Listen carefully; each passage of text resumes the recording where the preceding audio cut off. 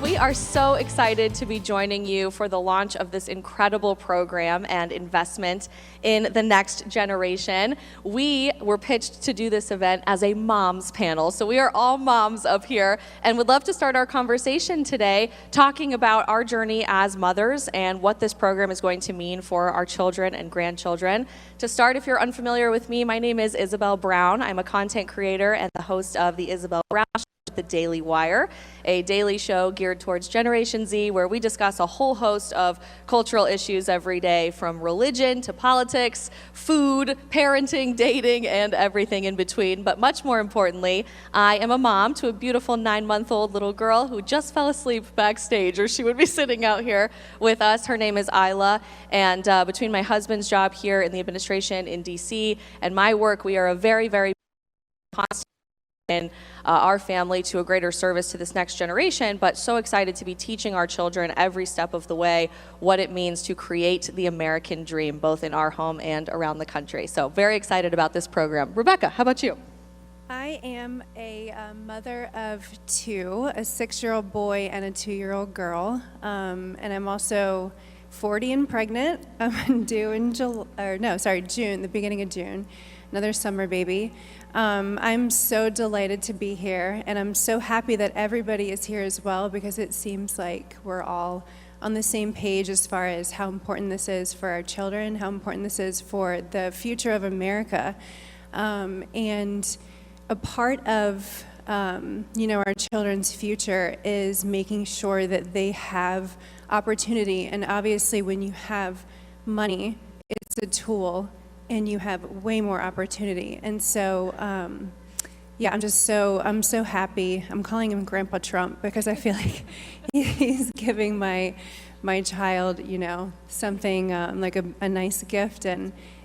So I'm just so thrilled to be here and share more about, the importance of this Trump accounts. Well, hello, everybody. I'm Caroline, for those in the crowd whom I have not met, and it's great to see so many beautiful babies here today. They offered to bring our children. Isabel brought her perfectly behaved, beautiful daughter who's sleeping backstage. They said, "You can bring your son." I said, if I brought my 18-month-old son, he would be diving off of this stage. He would be pulling our hair. He would be crazy. Boys and girls are very different, and I'm going to soon learn that myself. I have an 18-month-old, and then, of course, one on the way. So I'm due in May, and very much looking forward to having a daughter. I'm very excited and proud to be here on behalf of the President and the White House today. The Trump accounts are an incredible initiative, perhaps the most pro-family initiative, one of the many pro-family initiatives this president has worked very hard to deliver upon. And I was so honored to really have a firsthand seat to watch how hard President Trump and the White House worked to get this initiative signed into law, and to really see this idea grow into a reality, to bring us here today where American families across the country can literally sign their children up for these accounts, which will lead to future investments, the reawakening of the American dream in this country. So it's just an honor to be here as not just the White House press secretary, but also as a mother, and sitting beside the great Cheryl Hines, for those who don't know. Well, thank you for that introduction. Yes, my name is Cheryl Hines. I am a mother of 7. My daughter... God bless. Thank you. Hold for applause now. Okay. My daughter, Catherine, is here today. Kat, you want to stand up and wave to everybody? She doesn't, but she will. I had one child, Catherine, and then when I married Bobby Kennedy Jr., he had 6, so together we have 7.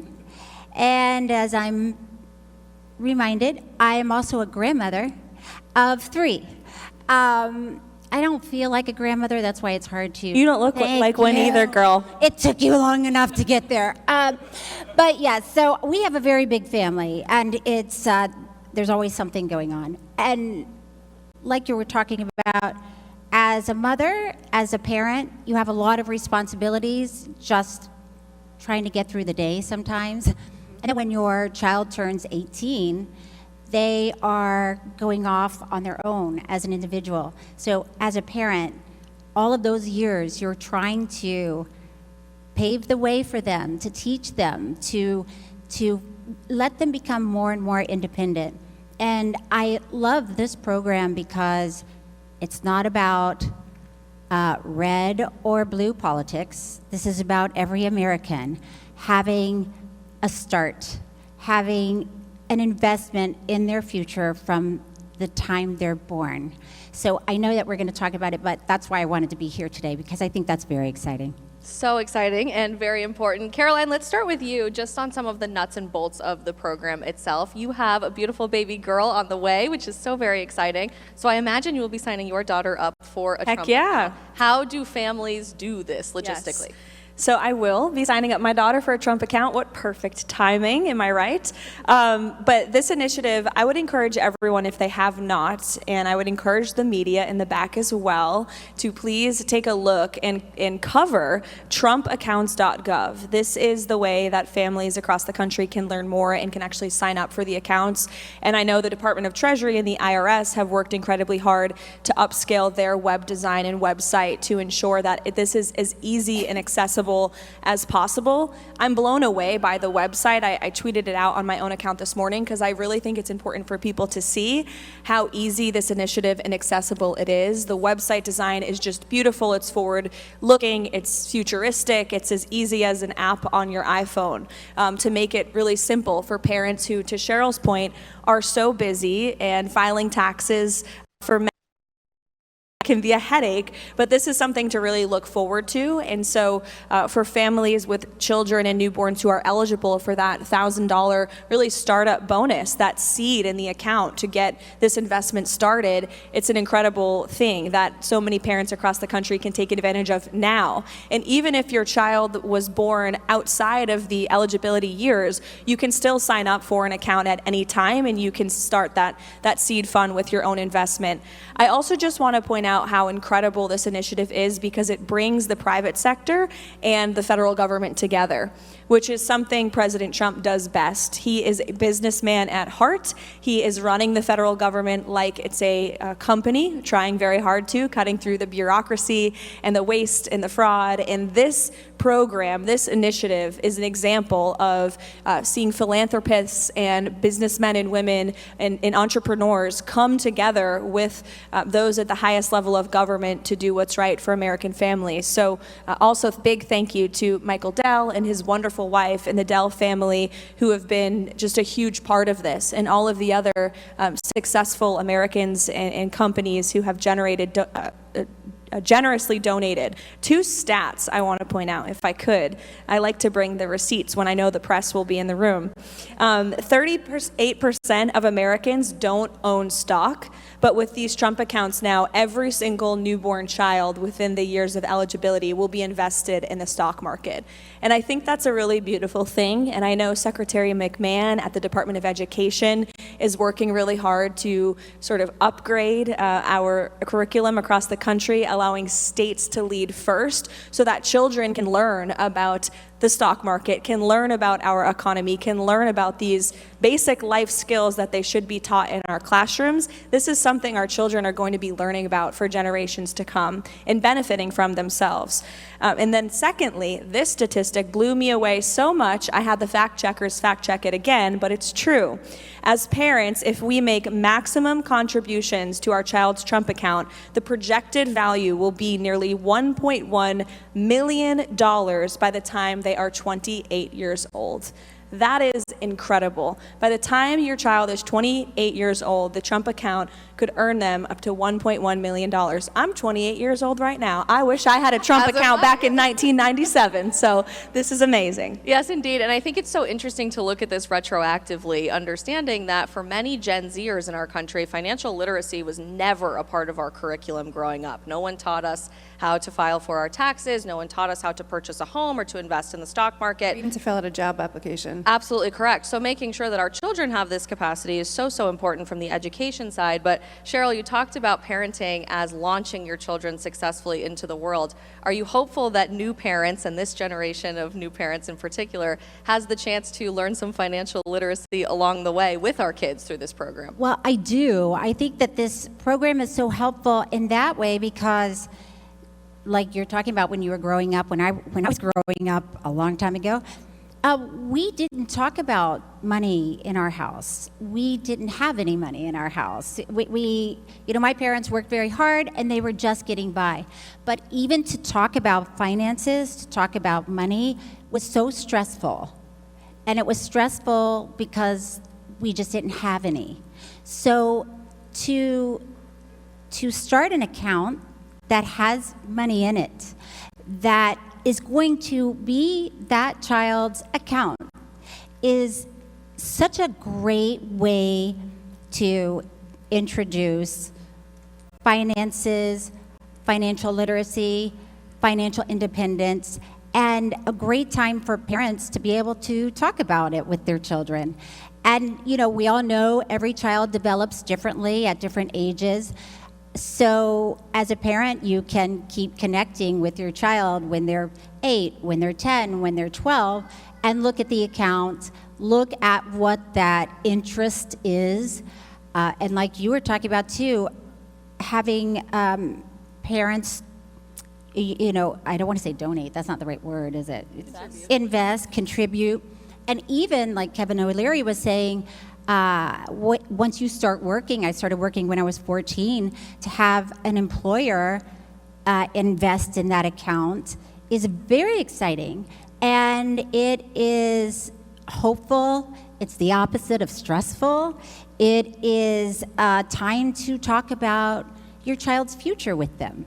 And I think that's just so great. And a child will already be emotionally invested in that because it's theirs.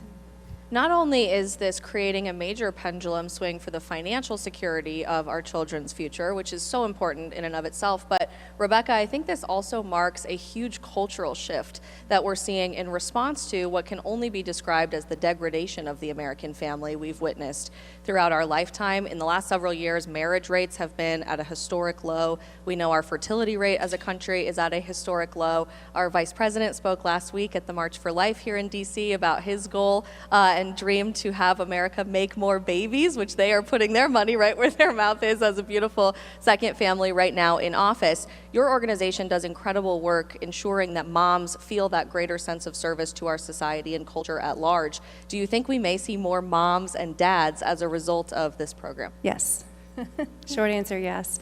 I'm so grateful that it's colliding at the time that it is, because the more involved I am getting into my Moms for America organization, it's just so on par with what I am doing in my children, in raising them to be America-loving, learning from our founding fathers, learning how. If the more you learn about our founding fathers, you can't not be affected by their character that they all had. And instilling that in my children, starting at, my daughter, I have a couple books, but she's only 2. My 6-year-old is really, at the age, like you were saying, Cheryl, every age is different, and you kind of have to just figure out how you can relate to them at that point and how you can teach them things at that point. Because then it changes. Like, as soon as you figure out your child, like, they're changing. But I think that it's just another way to invest in them and to love our country even more, and to be grateful and know the privilege that we have as Americans. My husband is born in Denmark, and so he has a very unique perspective. He's always had the American dream ever since he was my son's age. When he was a little kid, he wanted to move over here because he's a numbers guy as well, so he understood the opportunity. And so that is very exciting, and accountability as well. Accountability because how I grew up, my parents got divorced and my life was a mess, and it's fine, it made me who I am, but I didn't have any kind of foundation to build on. And in the beginning of my life, starting out, I always felt there was a hindrance, and that was I wasn't financially free to do anything. And even after I took out loans for college, I just, you have it on your credit, and then you can't, so it's just the fact that I get to do this for my children is really, it makes me emotional, because it's really setting them up for an amazing life, but accountability. I have a funny story to tell you. My 6-year-old's in debt right now. And when I told him that, he was like, I'm in debt? What does that mean? Because he thought it was okay to go on Amazon. He's not allowed to do that, but he went on Amazon and bought $800 worth of Pokemon cards. Oh, no. $800. And he's very much into soccer cards and Pokemon cards. And so when I actually told him about his Trump account, he was so excited. He already started thinking of the business that he would have. He said, I don't want to go to school. I want to start a business with that money. He thought I said 3,000, but I said it's going to be more around 300,000. That's our goal. But anyway, he said, I want to start now. And I said, no, Mads, you can't do that. And he was like, why? And I said, because you're in debt. And he's like, well, what does that mean? I'm like, that means that you can't do anything until you pay off that debt. You don't have money to invest in your business, because investing in your business, you have to go find the cards, keep them for a little bit, and then sell them. I guess that's how it works. I don't know. So anyway, so as a 6-year-old, for him to grasp that, he then knew. He quickly got it, and then he went to my husband and he told him, he's like, Daddy, Mommy said I'm in debt, and all this stuff. So, but now we have a chart, and he is working off his debt to us. So, it starts so young. I mean, sometimes as a mom, I think, oh, well, I'll get there. Like, I'm going to teach them that, but they're too young. But it's really, you can really start now. Anytime, yeah, and that's actually wildly important for parents with young children today. You mentioned passing on the American dream, and I think it's important for us to sit with that for a moment, because pretty much every pollster and media organization will tell you today that young adults no longer believe in the American dream. We think it's a disillusionment, it's no longer available to our generation, and yet behind us I see a beautiful headline that we're jump-starting the American dream for this next generation. That messaging is so important, Caroline, because I really do think that's setting the tone for culture at the top. It's not telling young people, figure it out for yourselves. We're going to continue borrowing from our country's financial future and throwing you under the bus as a process. To the contrary, we're flipping the script and the narrative in Washington through these Trump accounts by investing in the next generation and telling them you can be the champion of your own future, and generationally, the American dream continues to survive. That's happening at the same time as a bit of a baby boom down the street at 1600 Pennsylvania Avenue that you are participating in. Can you speak to the culture that is We practice what we preach. Yes, you do. Can you speak to that culture that is so pro-family and how that's manifesting in so many different policies like this one? Yeah, absolutely. Well, there is a very pro-family culture in the White House, and I credit the president to that, and also our great chief of staff, Susie Wiles, who really just encourages and supports all of us as young parents. There's several other young mothers in the West Wing and many young mothers across the whole White House complex, but there's also several young fathers whom I work alongside. And so there are always children, toddlers, babies in the West Wing in our offices, and it's totally normal. And I think that's a really beautiful thing, because we are able to not just work for the greatest president in our lifetimes, but also raise beautiful young families. And that opportunity has been provided to us directly by the president and our chief of staff, Susie. So thank you to both of them. But I think the fact that that culture in the White House exists is because the president understands that the essence and the foundation of the American dream is the American family. And I'm sitting and listening to Rebecca's stories of her household. Those will be core memories for your son. We all have core memories from our childhood. One of mine is when my mother brought me to TD Bank up in New Hampshire to start my very first bank account. I think I was probably 10 years old. And I remember bringing in my little purse and sitting with the bank teller and thinking, this is so cool. And that was my very first checking account, which is a joint checking account at the time with my parents, and watching that grow, and then working at our family's ice cream stand throughout the years. And these Trump accounts are going to really form core memories for parents and their children within their households, which will set up our country one household at a time for success. And in addition to these Trump accounts, these are a huge initiative, but it's just one small piece of the puzzle with respect to all President Trump is doing. If you look at the One Big Beautiful Bill in its entirety, the largest middle-class tax cuts for working families in American history. No tax on tips for service workers, no tax on overtime for for our law enforcement officers and anyone who is working overtime to try to make ends meet. No tax on Social Security for our seniors. And in addition to prosperity, the other most important facet of the American dream is safety. And as a mother, there's nothing you want more than your child to be safe and healthy in this country. And thank you to your husband for all he's doing to make America healthy again. That's an amazing that the president promised and he delivered by appointing your husband and all of the great work they're doing at HHS. But I think safety and health and prosperity are really the three things as parents you want the most for your children. And if you look across the board at all of the policies this president is implementing, from Trump accounts to border security to working with local law enforcement to make our cities safe places for American families, removing dangerous, violent criminals from American streets, and again, making America healthy again. Just everything this administration is doing is restoring the American dream, and it's very exciting to be part of. And it really does start inside the White House. Caroline and I, if you didn't know, met when we were interns for the White House in 2018. We started from the bottom together, Isabel. Life is crazy how it all works out. And back then, you know, it was classic DC work culture, I think still. It always is, whether you're on the Hill or the administration. You want to be the first one at work and the last one to leave, really prove yourself, and it's always been that way in this city.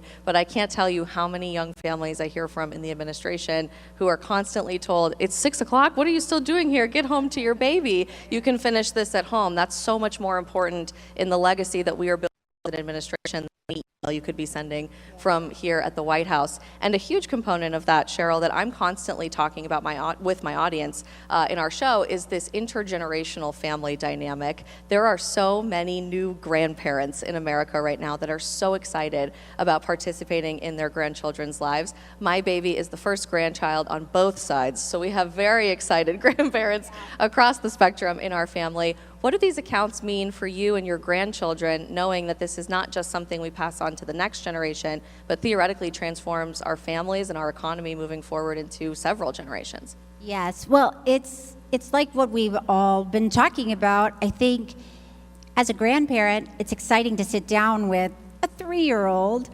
look at numbers, ask, what do you want when you're 18? What do you want when you're 25? What do you want when you're 30? And if you had $1,000 right now, what would you do with it? Which is a really fun game to play with a 3-year-old because it's probably candy or Pokemon. But even just to talk to them, to hear them, and then like we talked about, when they get older, they'll have different dreams and ideas. But as a grandparent, as a parent, it's exciting to be a part of that. And as a grandparent, it's nice to know you can put money into an account for your grandchild or your child. My sister is also here today, Dr. Becky Hines. We were talking about what's great about this account, because at some point when your child is maybe 12, and maybe your grandmother asks your 12-year-old girl what she wants for the holidays, and as a grandmother, you're going to get her that ugly sweater that you love to give. But maybe she'll say, what I would rather have from you is the $50 to put into my accounts, because I'm saving, and this is what I want to do with the money. So it's a very exciting, empowering tool and learning tool. And so it's fun. It's like we said, they're invested emotionally and financially. So it's something that you can work together as a family. And we were talking about having a lot of siblings growing up, and I asked you if it was crazy having 7, because it was crazy to be one. Yeah, because how many did you have? How many siblings? The 5th of 7. Yeah, 7. Yeah. So when you're in a big family like that and you're one of many children, a lot of times you don't have your own thing. You're waiting to get the hand-me-down dress from your sister or the old bike from your brother. But so to know that you have your own accounts and you have control over it, you get to decide what you're going to do with it. It's not your parents deciding for you. It's when you're 18, you get to decide.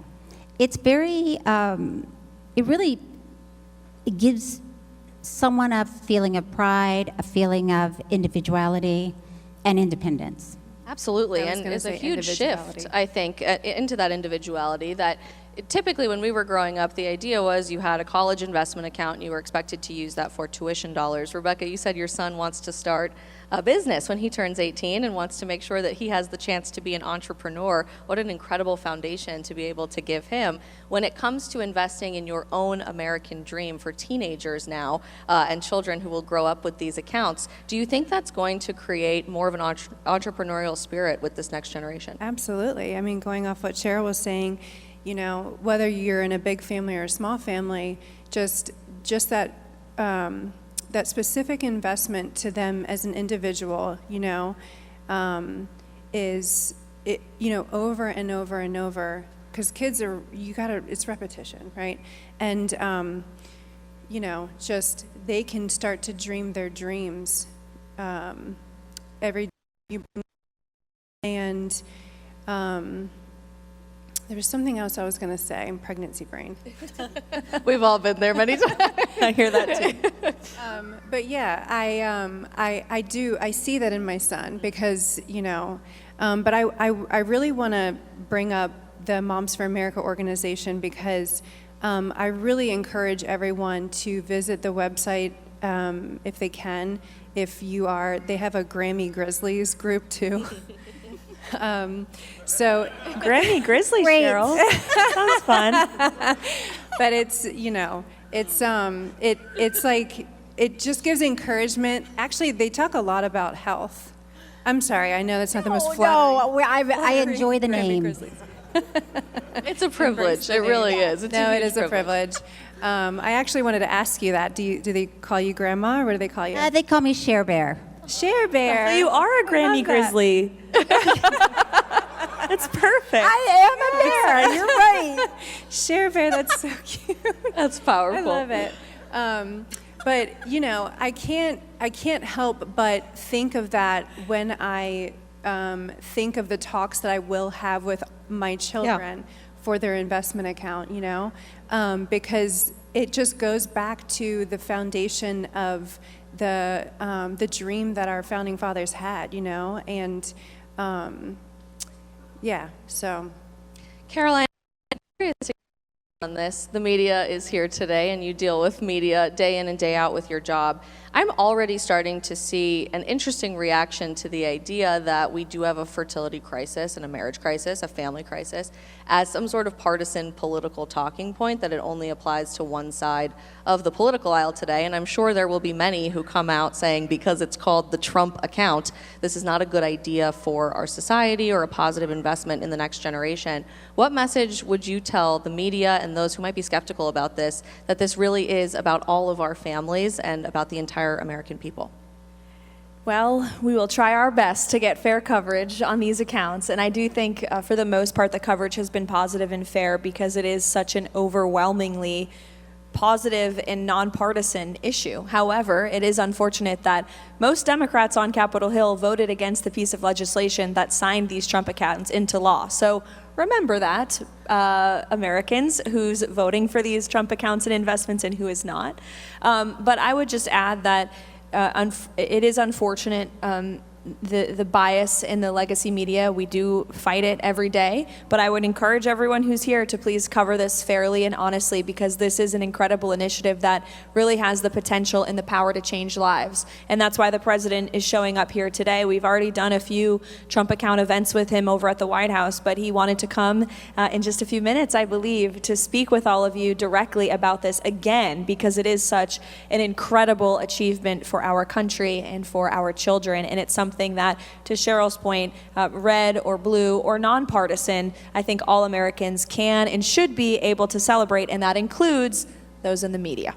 One more logistical question I had for you, Caroline, about the program is something that really I haven't seen any coverage about in the media at this point. We know that if your baby is born within a certain window, they'll have the $1,000 bonus, which is a fantastic investment in their future. Parents can contribute up to $5,000 annually from a tax deductible standpoint, which is amazing. But employers are also eligible to contribute to these accounts, and I haven't seen anyone talk about that. Can you share a little bit more about that? Yeah, so just to go back to the eligibility, if your child was born January 1st, 2025 through 2028, you're eligible for that $1,000 sort of seed fund to get the Trump account up and running from the United States government, and then an additional $5,000 each year contributed by yourself or others into the account, maximum $5,000. Employers are also allowed to contribute, which I think is an incredible thing for businesses, small, medium, and large. And it's something that I believe, as a young mother myself,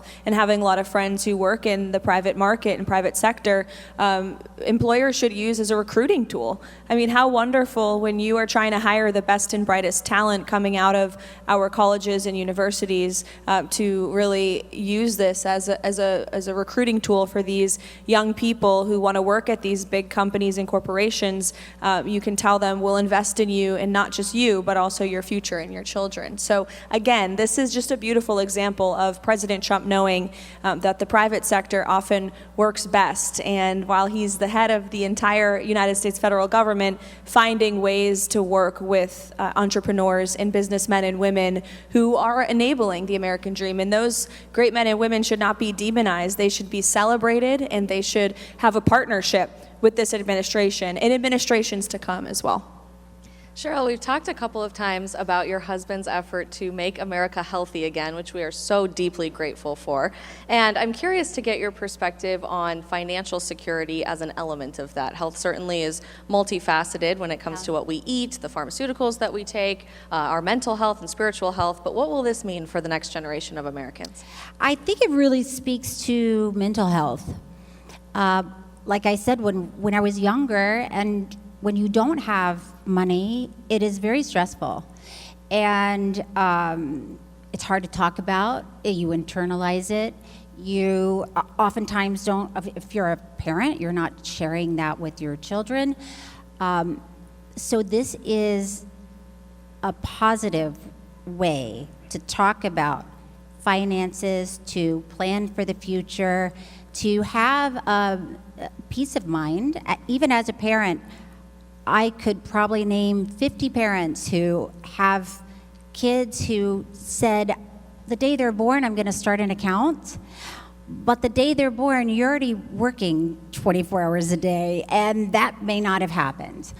And so for a parent, it gives you a peace of mind that there is an account there for that, only for that child. So it brings you a sense of calm. You're talking about money in a positive way. It brings you some mental health ease. So I do think when you're talking about MAGA and you're talking about a healthy lifestyle, that also includes finances, because you can take care of yourself all day and eat right and exercise, but if you are under so much stress because you don't know how to make financial decisions, it will affect. I think this program is, like we're saying, it's bipartisan. It's not about politics. It's about children and families, and I think it's really a great program. In our last few minutes together, I would love to switch gears a bit as we await the president's arrival here to just ask what this is going to mean for moms and what legacy you all are leaving as a mom for your family.